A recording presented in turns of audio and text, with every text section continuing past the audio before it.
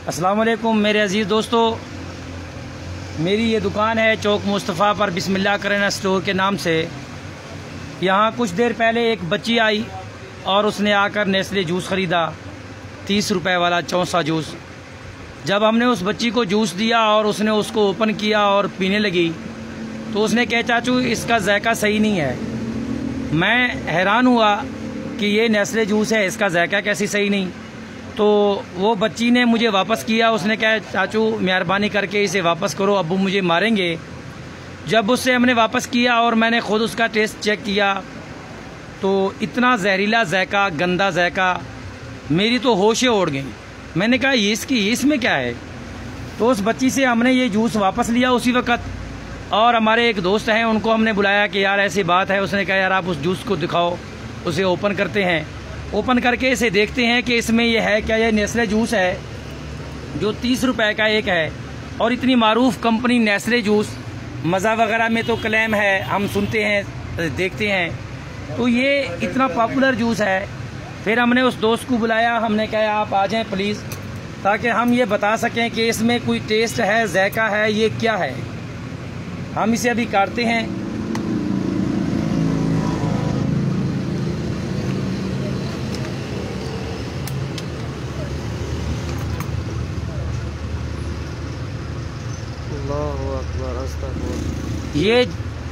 ये देखें भाई, अस्तगफिरुल्लाह अस्तगफिरुल्लाह।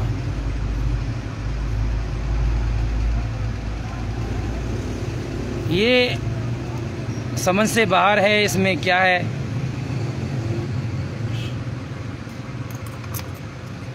तो मैं इन दोस्तों से गुजारिश करता हूँ अपने आप को, अपने बच्चों को ऐसी गंदी चीज़ें ना दें जिनसे ये जहर फैले और ये किसी बच्चे की हलाकत की सबब भी हो सकती है।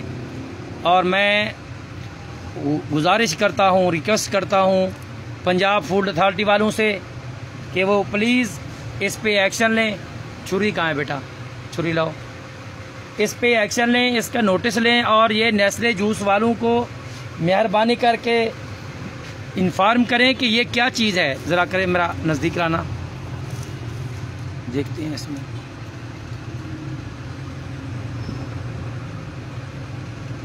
ये देखें,